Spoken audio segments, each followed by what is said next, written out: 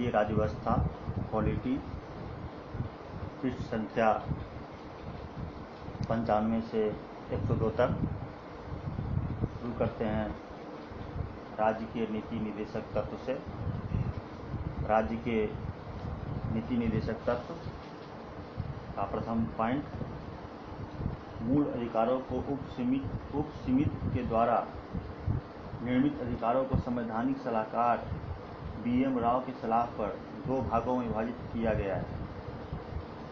भाग 3, ठीक है। भाग 3 के बाद योग्य अधिकार, भाग 3 के अवाध योग्य अधिकार, भाग 3 के वाद योग्य अधिकार, भाग 4 के अवाध योग्य अधिकार, ठीक है। संविधान के भाग 4 के अनुच्छेद 37 में यह उल्लेखित है कि निदेशक तत्वों को क्रियान्वित करने के लिए न्यायालय का सहारा नहीं लिया जा सकता। निदेशक तत्वों को क्रियान्वित करने के लिए न्यायालय का सहारा नहीं लिया जा सकता, अपितु उसे लागू करना राज्य का दायित्व है, जिसका अभिप्राय है इसे लागू करने के लिए राज्य के समक्ष कोई समय सीमा उल्लेखित नहीं है।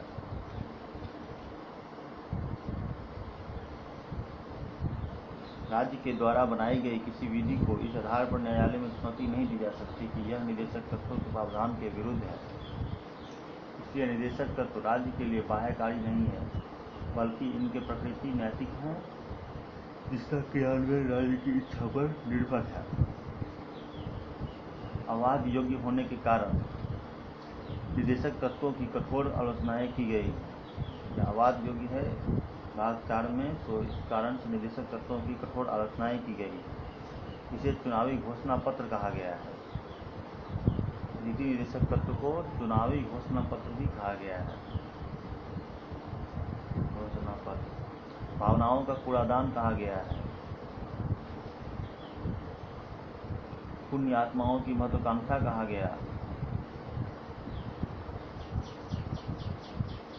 परंतु डॉक्टर अम्बेडकर ने निदेशक तत्वों की उपयोगिता बताते हुए कहा कि कोई भी निर्वाचित सरकार जन भावनाओं की उपेक्षा नहीं कर सकती और जनादेश न्यायालय के निर्णय से भी अधिक प्रभावशाली होता है। इसलिए सरकार के द्वारा मनरेगा, उज्ज्वला योजना और सभी के लिए स्वास्थ्य सुविधाएं देने की योजनाओं का क्रियान्वयन किया जा रहा है, तो निदेशक तत्वों का ही क्रियान्वयन है, ठीक है।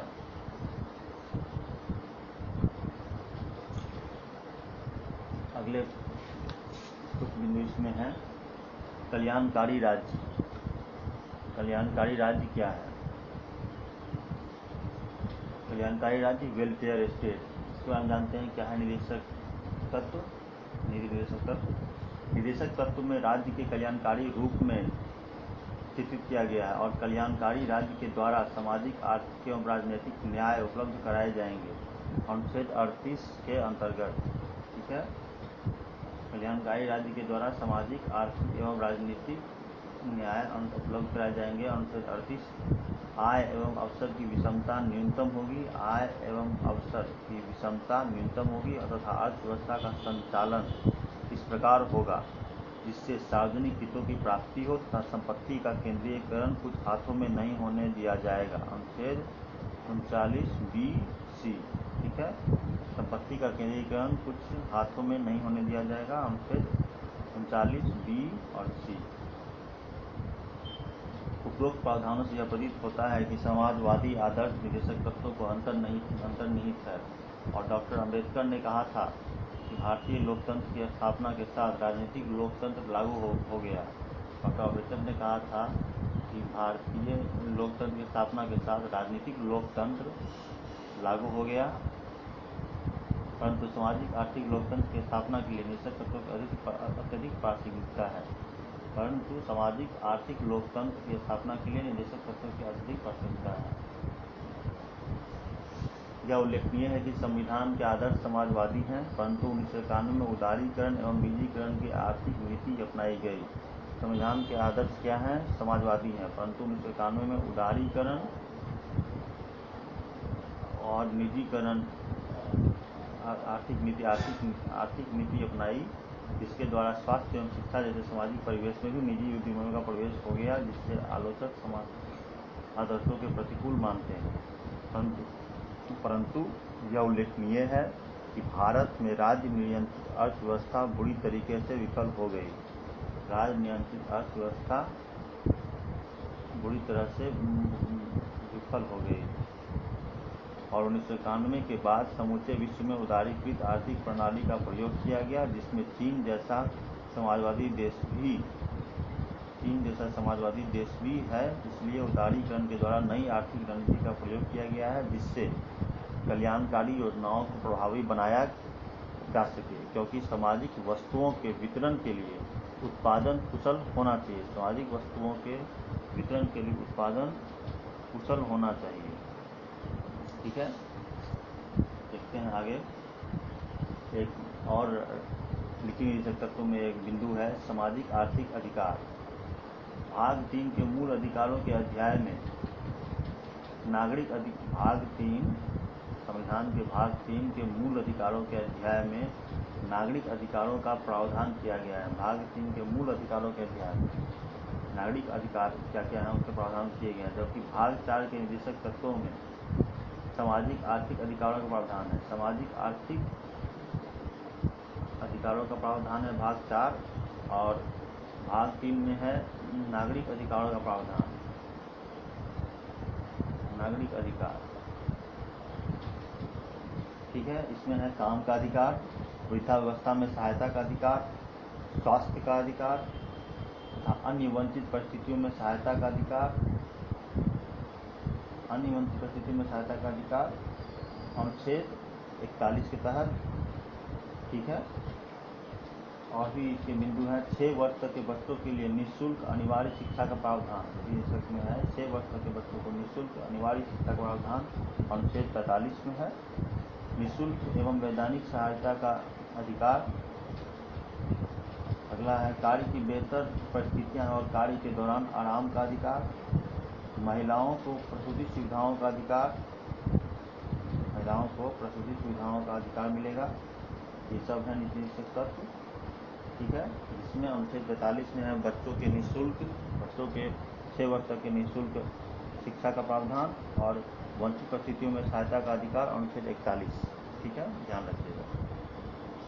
वर्तमान में उच्चतम न्यायालय के द्वारा जीवन के अधिकारों की जो विस्तृत और उदारवादी व्याख्या हुई है,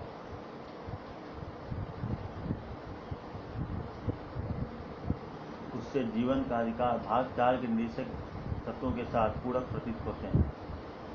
भाग 4 के निदेशक तत्वों के साथ इसमें है सामाजिक एवं आर्थिक अधिकार। इससे यह पुनः प्रमाणित होता है कि भारतीय राज्य की प्रकृति कल्याणकारी है और समाजवादी आधारों को संविधान में समावेशित किया गया है। राज्य के लिए विभिन्न प्रकार के निर्देश, डायरेक्टिव्स, राज्य के लिए विभिन्न प्रकार के नीति निर्देश क्या क्या हैं। भाग 4 के निदेशक तत्व आयरलैंड के संविधान से लिए गए हैं।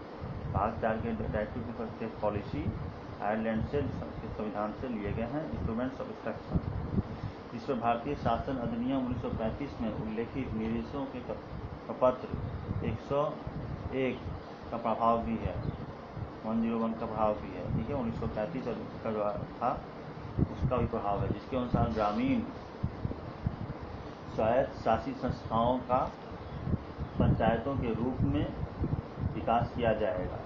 अनुच्छेद 40 के अंतर्गत पंचायतों का विकास किया जाएगा, जो 73वें संविधान संशोधन के द्वारा क्रियान्वित की गई है। पंचायत का विकास अनुच्छेद 40 के अंतर्गत 73वें संविधान संशोधन के द्वारा किया जाएगा।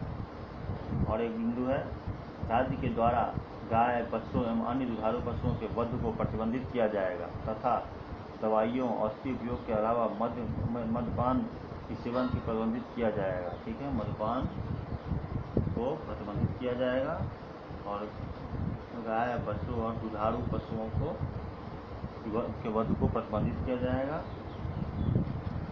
ठीक है। लघु उद्योग एवं कुटीर उद्योगों के विकास पर बल दिया जाएगा, जिससे यह प्रतीत होता है कि भारतीय संविधान में गांधीवादी आदर्शों या विचारधारा को अत्यधिक महत्व दिया गया है। इसके अतिरिक्त समाजवादी विचारधारा का भी समावेश किया गया है तथा समान नागरिक संहिता अनुच्छेद कितना है 44, समान नागरिक संहिता अनुच्छेद 44, अंतर्राष्ट्रीय शांति अनुच्छेद 51, अंतर्राष्ट्रीय शांति किस अनुच्छेद में है? अनुच्छेद 51 और समान नागरिक संहिता अनुच्छेद 44। ठीक है,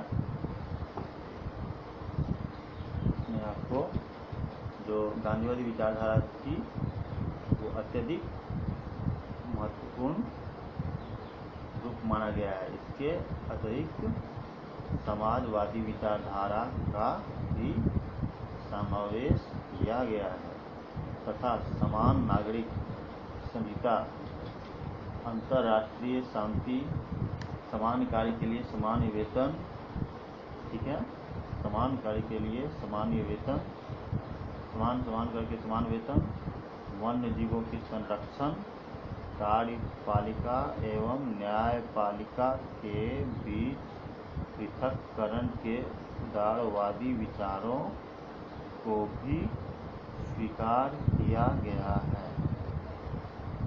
कार्यपालिका न्यायपालिका के बीच पृथक्करण के उदारवादी विचारों को भी स्वीकार किया गया है। मूल अधिकारों एवं निर्देशक तत्व के बीच संबंध क्या है? मूल अधिकार एवं निर्देशक तत्वों के बीच संबंध संविधान सभा के अनुसार मूल अधिकार एवं नीति निर्देशक तत्व एक दूसरे के पूरक हैं। मौलिक अधिकार व्यक्तियों का अधिकार है जबकि निर्देशक तत्व समूह का अधिकार है। ठीक है, निर्देशक तत्व समूह का अधिकार और मौलिक अधिकार व्यक्तियों का अधिकार। ठीक है, निर्देशक तत्व भविष्य के सामाजिक आर्थिक अधिकार है। निर्देशक तत्व भविष्य के आगे के सामाजिक एवं आर्थिक अधिकार है। इसमें मूल अधिकार और निर्देशक तत्व। मूल अधिकार आपको आता है अनुच्छेद 32 और निर्देशक तत्व आता है अनुच्छेद 37। मूल अधिकार आता है आपको 19(1)(f), कॉन्फ्लिक्ट इसका है अनुच्छेद 39(b)(c) और मूल अधिकार है आपको अनुच्छेद 31 और निर्देशक तत्व में अनुच्छेद 46। ठीक है, मूल अधिकार अनुच्छेद 32 तो निर्देशक तत्व में अनुच्छेद 37। मूल अधिकार दूसरा 19(1)(f) तो निर्देशक तत्व में 39(b)(c) अनुच्छेद। मूल अधिकार अनुच्छेद 31 तो निर्देशक तत्व में अनुच्छेद 46। इसके क्रम में विधेयवाद है अनुच्छेद 15 का 1 और अनुच्छेद 29 का 2।